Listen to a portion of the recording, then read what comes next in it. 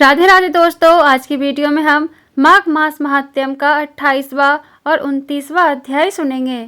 28वां और 29वां अध्याय प्रारंभ। प्रेत कहने लगा कि हे पथिक, मैं इस समय तुम्हारे पास जो यह गंगा जल है उसे मांगता हूँ, क्योंकि मैंने इसका बहुत कुछ महात्म्य सुना है। मैंने इस पर्वत पर गंगा जल का बड़ा अद्भुत आश्चर्य देखा था, इसलिए यह जल मांगता हूँ। मैं प्रेत योनि में अति दुखी हूँ।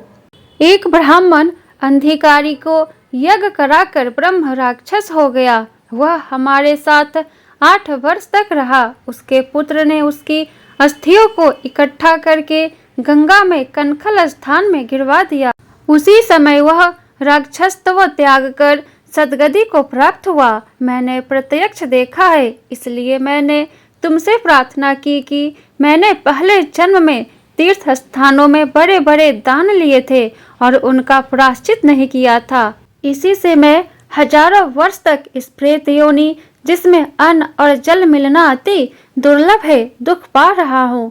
इस योनि में मुझको हजारों वर्ष बीत गए। इस समय जल देखकर मेरे प्राणों को जो कंठ तक आ गए हैं, बचाओ। कुष्ठ आदि रोग से भी मनुष्य प्राणों को त्याग करने की इच्छा नहीं करता। देवहूति कहने लगे कि ऐसे उस प्रेत के वचन सुनकर वह ब्राह्मण बड़ा विस्मित हुआ और वह अपने मन में विचारने लगा कि संसार में पाप और पुण्य के फल अवश्य आ पड़ते हैं। देव, दानव, मनुष्य, कीड़े मकोड़े भी रोगों से पीड़ित होते हैं। बाल तथा वृद्धों को मरण, अंधा तथा कुबरापन, ऐश्वर्य, दरिद्रता, पांडित्य तथा मूर्खता सब कर्मों से ही होता है। इस कर्म भूमि में जिन्होंने न्याय से धन इकट्ठा किया वह धन्य है।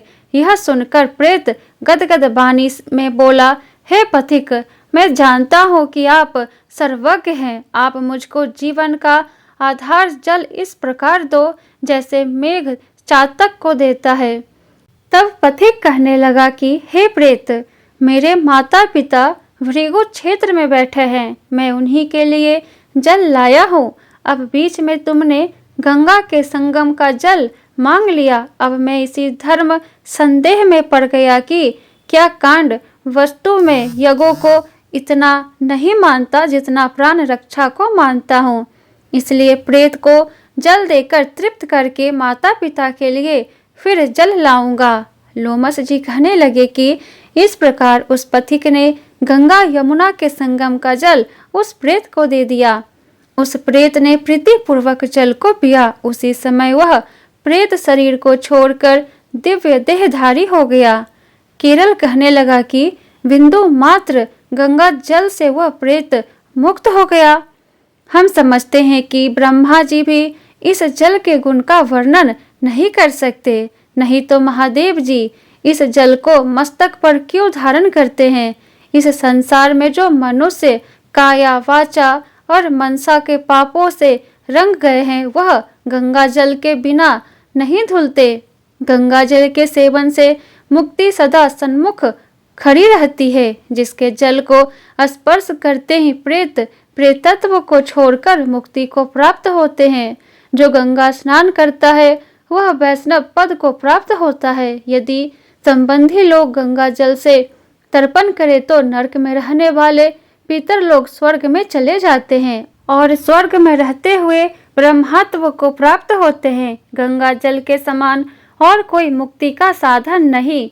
वह प्रेत वहां से चला गया और 1 मास में जब माघ मास आया तो उसने सुने हुए प्रयाग महात्म्य के अनुसार गंगा यमुना के संगम पर स्नान करके पिशाच शरीर को धारण कर भक्ति पूर्वक नारायण की स्तुति करता हुआ वह द्रविड़ देश का राजा गंधर्वों से सेवित उत्तम विमान पर बैठकर इंद्रपुरी को गया। सो हे द्विज, यह इतिहास पापों का जल्दी ही नाश करता है। इसमें धर्म का ज्ञान होता है। यह पुण्य, यश तथा कीर्ति को बढ़ाने वाला है, ज्ञान तथा मोक्ष का देने वाला है। तुम भी सद्गति पाने के लिए प्रयाग चलो। वहाँ पर हम ऐसा स्नान करें जो देवताओं को दुर्लभ होता है। वहाँ पर श्राप से पैदा हुआ पिशाचपन सब नाश को प्राप्त हो जाएगा। इस प्रकार लोमस जी के मुख से अमृतमय मधुर कथा को सुनकर मानो अमृत पीकर सब प्रसन्न हुए और पाप रूपी समुद्र से पार हुए। उन्हीं के साथ सब लोगों ने दक्षिण दिशा को प्रस्थान किया। इति माघ मास महात्म्यम 28वां और 29वां अध्याय संपूर्ण। बोलो विष्णु भगवान की जय, लक्ष्मी नारायण की जय। वीडियो पसंद आया हो तो वीडियो को लाइक कर दे और आगे का अध्याय सुनने के लिए चैनल को सब्सक्राइब करके बेल आइकन को ऑन कर ले, जिससे मेरी अगली आने वाली वीडियो की नोटिफिकेशन सबसे पहले आपको मिले। तो फिर मिलती हूँ मैं आपसे नेक्स्ट वीडियो में। जय श्री कृष्णा, राधे राधे।